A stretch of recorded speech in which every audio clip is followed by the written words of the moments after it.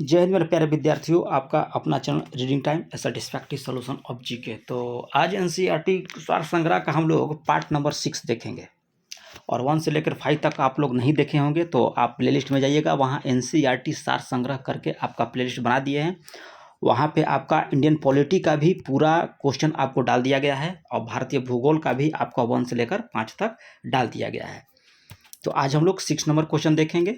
तो चलिए आज की पहला क्वेश्चन हम लोग यहाँ पे स्टार्ट कर लेते हैं और आज हम लोग देखेंगे कृषि से। तो इसमें कह रहा है कि कृषि यानी कि एग्रीकल्चर शब्द का उत्पत्ति जो है आपको लैटिन भाषा के 2 शब्द से हुआ था, एग्री और मृदा तथा कल्चर, याद रखिएगा, उसी को बोलते हैं हम लोग कृषि। इसमें कह रहा है कि यदि खदानों के सुरक्षित संग्रह सुनिश्चित करने तथा करना हो तथा कटाई के समय उनमें कितना प्रतिशत अधिक आर्द्रता नहीं होनी चाहिए। यानी क्वेश्चन कह रहा है कि जब हम लोग सुरक्षित संग्रह करते हैं जब किसी खदान को या कटाई के समय, तो उनमें कम से कम जो है 14% से ज़्यादा नहीं होना चाहिए। ठीक है, क्या चीज़ उसकी क्या बोलते हैं, आर्द्रता, नहीं तो काटने में क्या होगा, दिक्कत होगा और सारा फसल जो है उसमें से झड़ जाएगा। इसलिए 14% जो है उसकी आर्द्रता होनी चाहिए। चलिए यहाँ पे हम लोग देख लेते हैं कि भारत में जो ऋतु के आधार पर हम लोग मुख्य फसल बोते हैं वो कब बोया जाता है, कब काटा जाता है। तो रबी फसल एक आता है, एक का पता है आपका खरीफ फसल और जायद फसल। 3 फसल हम लोग मेनली जानते हैं। रबी जो आपको शीतकालीन फसल भी कहा जाता है, खरीफ आपको ग्रीष्मकालीन फसल होता है, जायद शीत और ग्रीष्म काल के जो मध्य फसल बोया जाता है उसको जायद फसल बोला जाता है।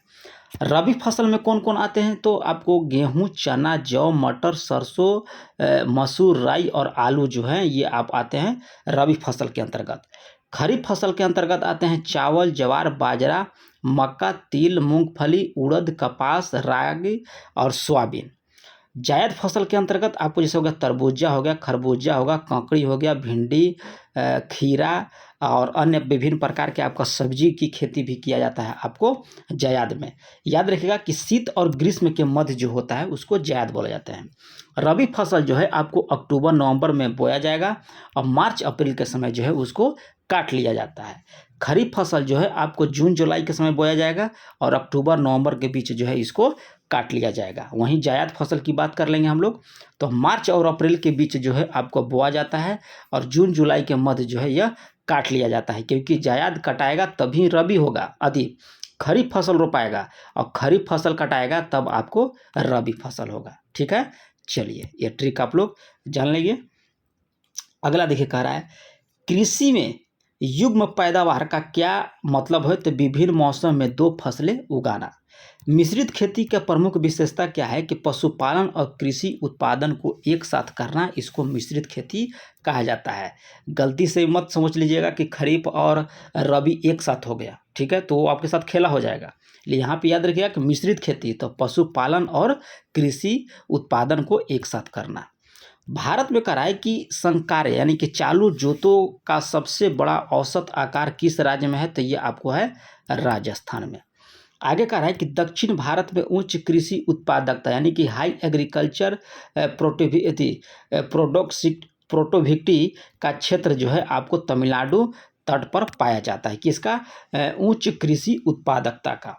भारत में रासायनिक उर्वरक के 2 सबसे बड़े उपभोक्ता राज्य कौन सा है, तो ये आपको उत्तर प्रदेश और महाराष्ट्र, किसका, रासायनिक उर्वरक का। पुनर्भवन योग भौम जल संस्था का कह रहा है कि कौन सा राज्य सबसे संपन्न है, तो ये आपको उत्तर प्रदेश। भारत में अनुबंध कृषि को लागू करने वाला प्रथम राज्य कौन सा है, तो ये आपको पड़ता है पंजाब। कह रहा है कि गेहूं की अच्छी कृषि के लिए कौन सा भौगोलिक दशाएं आवश्यक है, तो ये आपको मध्य ताप और मध्यम वर्षा। आगे कह रहा है कि चावल की कृषि के लिए 100 सेंटीमीटर से अधिक वर्षा और 25 डिग्री उच्च तापमान आदर्श जलवायु की दशा मानी जाती है। जब यानी कि चावल का कृषि होगा तो कम से कम वर्षा आपको 100 सेंटीमीटर होना चाहिए और माने 100 सेंटीमीटर से अधिक होना चाहिए, कम से कम नहीं, 100 सेंटीमीटर से अधिक होना चाहिए और 25 डिग्री उच्च तापमान जो है इसका रहना चाहिए। कल्याण सोना किस फसल का है, तो ये आपको गेहूं का है। सर्वाधिक क्षेत्रफल पर किस फसल की कृषि की जाती है? तो आपको धान की कृषि की जाती है भारत में। आगे यहाँ पे कह रहा है कि भारत की प्रमुख खाद्यान्न फसल कौन सी है? तो ये आपको चावल, ठीक है। और मक्का मुख्यतः खरीफ फसल का है, परंतु इसकी खेती जो है वर्ष भर होती है। जैसे कि खरीफ, रबी और जायद तीनों फसल का ऋतु यह माना जाता है। कौन सा? मकई। भारत में कह रहा है कि चावल की खेती के अंतर्गत सर्वाधिक क्षेत्रफल पर जो होता है आपको उत्तर प्रदेश में। भारत के किस क्षेत्र में चावल का कटोरा कहा जाता है? तो कृष्णा गोदावरी डेल्टा क्षेत्र को जो है आपको चावल का कटोरा बोला जाता है। जया, पद्मा, पूसा, सुगंधा, जमुना, कृष्णा जो है ये आपका धान का जो धान की फसल का यह उन्नत किस्म है। ग्रीन गोल्ड किस्म किसकी किस्म है? तो ये आपका चाय का है। आगे कह रहा है कि धान की फसल में किस जीव का जो है प्रयोग जैव उर्वरक रूप में किया जाता है? तो नीलहरित शैवाल का। मध्य प्रदेश के किस जिले को कपास की खेती के कारण जो है सफेद सोने का क्षेत्र कहा जाता है? तो ये आपको खरगोन जिला का। आगे कह रहा है कि भारत के किस राज्य को शक्कर का कटोरा कहा जाएगा? तो ये आपको उत्तर प्रदेश का। भारत के कह रहा है कि किस फसलों में जो है गन्ने की फसल के अंतर्गत उसके शुद्ध सकल कृषि क्षेत्र के संचित क्षेत्र का प्रतिशत आपका सर्वाधिक होता है। याद रखिएगा, गन्ने की कह रहा है कि सभी फसलों में से गन्ने की फसल के अंतर्गत उसको शुद्ध सकल कृषि क्षेत्र के सिंचित क्षेत्र को जो है प्रतिशत सर्वाधिक होता है। परभानी शक्ति किसका किस्म है? तो जैव संवर्धित ज्वार का। आगे कह रहा है कि करनाल बंट गेहूं का एक कवक जनित रोग होता है। करनाल बंट याद रखिएगा कि गेहूं का है, यह कवक के द्वारा होता है। जेलेटियो जो है, टिलेटिया इंडिका जो है आपका कवक से होता है। याद रखिएगा कि टिलेटियो जो है आपको कवक के द्वारा होता है। आगे यहाँ पे कह रहा है, देखिए, कृषि उत्पादक से संबंधित महत्वपूर्ण क्रांति। हरित क्रांति आपको खाद्य उत्पादन से था। सुनहरी क्रांति आपको फल और सब्जी उत्पादन और बागवानी से था। श्वेत क्रांति आपको दूध से था। कृष्ण क्रांति आपको खनिज तेल के था, यानी कि पेट्रोलियम से। नीली क्रांति आपको मत्स्य उत्पादन से। गोल क्रांति आपको आलू के उत्पादन से था। भूरी क्रांति याद रखिएगा कि उर्वरक से था। पीली आपको तिलहन से। रजत आपको अंडा से। इंद्रधनुष आपको था कृषि संबंधित समग्र क्रांति, ये आपका आता है इंद्रधनुष में। अमृत क्रांति नदी जोड़ो परियोजना से था। सदाबहार आपको कृषि उत्पादन को दुगना करना और टिकाऊ कृषि का जो था आपको सदाबहार क्रांति था। गुलाबी क्रांति आपको प्याज उत्पादन और झींगा मछली। उसके बाद लाल क्रांति जो था मांस और टमाटर से था। आगे कह रहा है कि बाजरे की कृषि किस जलवायु में की जाती है? तो आपको उष्ण शुष्क में किया जाता है बाजरे का। शुष्क भूमि के लिए कह रहा है कि सर्वाधिक उपयुक्त फसल कौन सी है? तो यह आपको पड़ता है मूंगफली। आस और बोरो किस फसल की किस्म है? तो यह आपका धान का। भारत में सोयाबीन का अग्रणी उत्पादक राज्य कौन सा है? तो यह आपको पड़ता है महाराष्ट्र। कौशल किस फसल का उन्नति प्रजाति है? तो कौशल है आपका मूंगफली का। आगे हम लोग देख लेते हैं। इधर कह रहा है कि किस फसल में नाइट्रोजन संचित करने की क्षमता जो है आपको सर्वाधिक होती है? तो दलहनी फसल हम लोग लगाएंगे तो मिट्टी में नाइट्रोजन संचित करने की क्षमता सर्वाधिक हो जाएगी। दलहनी फसलों हेतु कोबाल्ट आवश्यक है तथा कोबाल्ट राइजोबियम जीवाणु हेतु जो है नाइट्रोजन स्थिरीकरण करने के लिए जो भी वह आवश्यक तत्व माना जाता है। भारत में 3/4 से अधिक कच्चा रेशम किस या किन राज्य या राज्यों से प्राप्त होता है? तो कर्नाटक और आंध्र प्रदेश से। नॉर्मन ऑनेस्ट बोरलॉग जो थे, जिन्हें हरित क्रांति का जनक कहा जाता है, किस देश से संबंधित है? तो आपको संयुक्त राज्य अमेरिका से। हरित क्रांति से क्या मतलब है? तो उच्च उत्पादकता वाले बीजों का प्रयोग करना को बढ़ावा देना। आगे कह रहा है कि हरित क्रांति का सर्वाधिक लाभ किस फसल के उत्पादन और उत्पादकता से है? तो यह आपको गेहूं से। आगे कह रहा है कि हरित क्रांति में किस फसल का सर्वाधिक उत्पादन होता है? तो ये आपको मैक्सिकन गेहूं से जो है आपको सर्वाधिक उत्पादन होता है हरित क्रांति में। सर्वाधिक विदेशी मुद्रा किस नकदी फसल से निर्यात होता है? तो ये आपको चाय से। लाल विगलन यानी कि रेड रोट किस फसल का रोग है? तो ये आपको गन्ना का। आगे कह रहा है कि मूंगा रेशम का उत्पादन संपूर्ण विश्व में केवल भारत के असम में किया जाता है, जो 2007 में भौगोलिक संकेतक को जो है आपको दर्जा प्राप्त हो चुका हो। तिलहन औद्योगिक मिशन जो है आपको 1986 में हुआ था। और मक्के का फसल जो है आपको 90 से 120 दिन के बीच जो है वह तैयार हो जाता है मकई। यहाँ पे देख लेते हैं कृषि संगठन और उसका मुख्यालय। एक क्वेश्चन आपको यहाँ पे क्वेश्चन डायरेक्ट देगा। दलहनी फसल अनुसंधान तंत्र कहाँ है? तो ये आपको कानपुर में है। समेकित कीट प्रबंधन केंद्रीय केंद्र राष्ट्रीय केंद्र आपको नई दिल्ली में। राष्ट्रीय चावल अनुसंधान संस्था ये आपको मनाली में।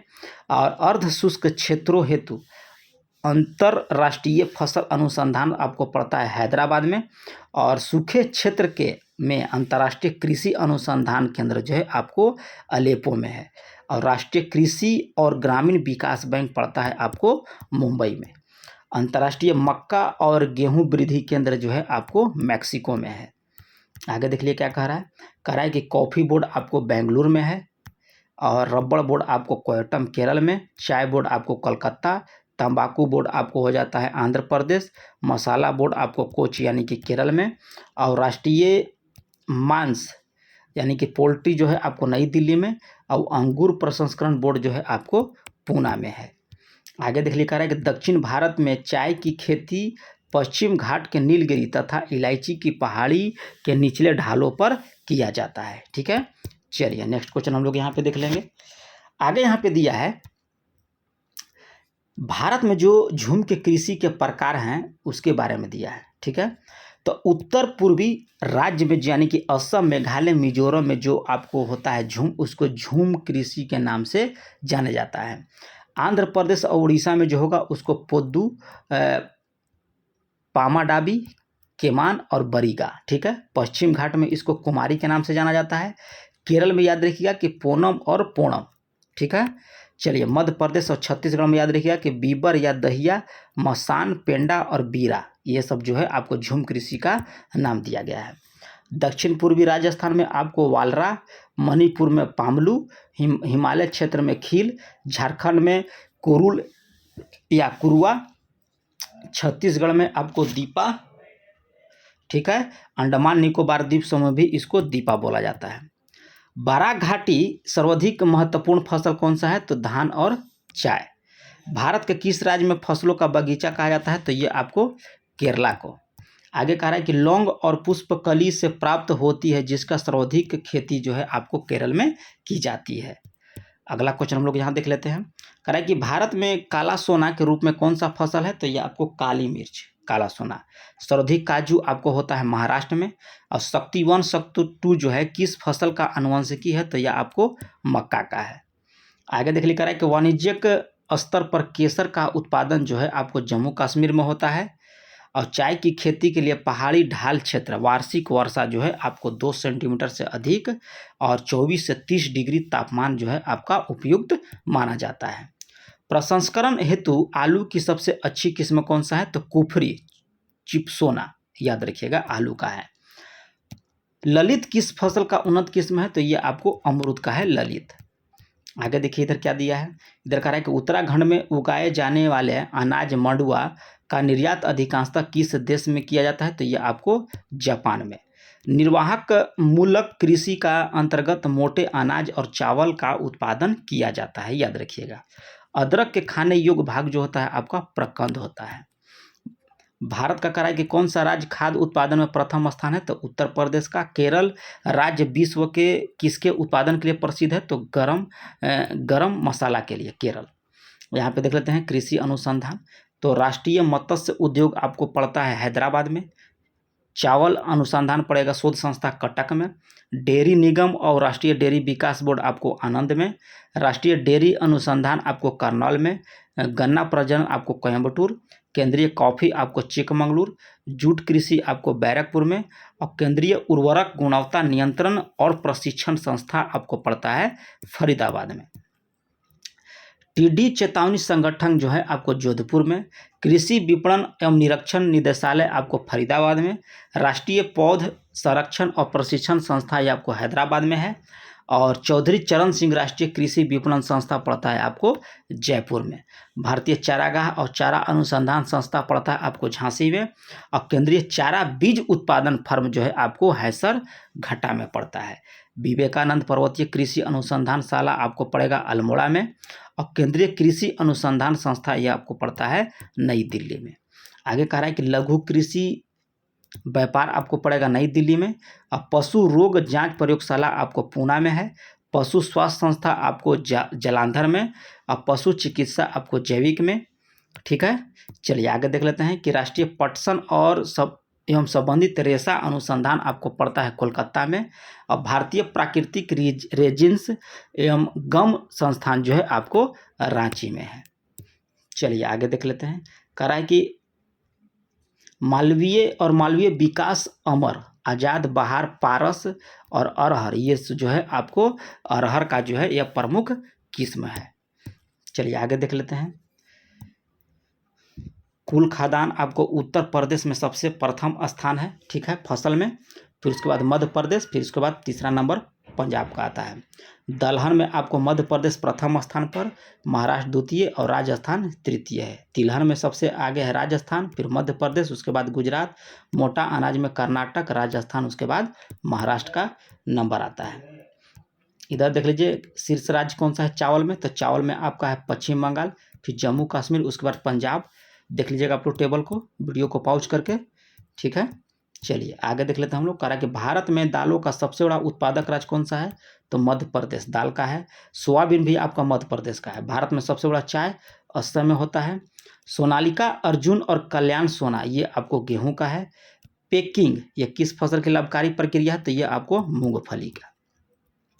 झूम कृषि की एक पद्धति है जिसके कर्तन और दहन कृषि के नाम से भी जाना जाता है। गहन कृषि के तात्पर्य क्या है कि न्यूनतम भूमि पर अधिक उपज, इसको कहते हैं गहन कृषि। आगे दिया है कि राजस्थान किस फसल का प्रमुख उत्पादक है, तो ये आपको सरसों और बाजरा का। भारत के कर्नाटक राज्य में सर्वाधिक कॉफी उत्पादक किया जाता है, केरल और तमिलनाडु राज्य में।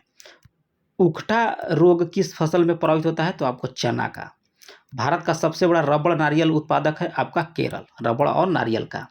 भारत के किस राज्य में कहवा और रबड़ और तंबाकू की कृषि भूमि है, तो ये आपको कर्नाटक की। भारत में तंबाकू का सर्वाधिक उत्पादन राज्य आंध्र प्रदेश है। और पौधा उगाने के साथ साथ मछली पालन की कृषि जो है अंतर्गत आता है आपको एक्वापोनिक कृषि। भारतीय चाय बोर्ड का मुख्यालय कहाँ है, तो ये आपको कलकत्ता में है। किन दो फसलों का उत्पादन जो उत्तर प्रदेश का प्रथम स्थान है, तो गेहूं और गन्ना का। अरंडी का बृहद उत्पादक राज्य कौन सा है, तो यह आपको गुजरात है।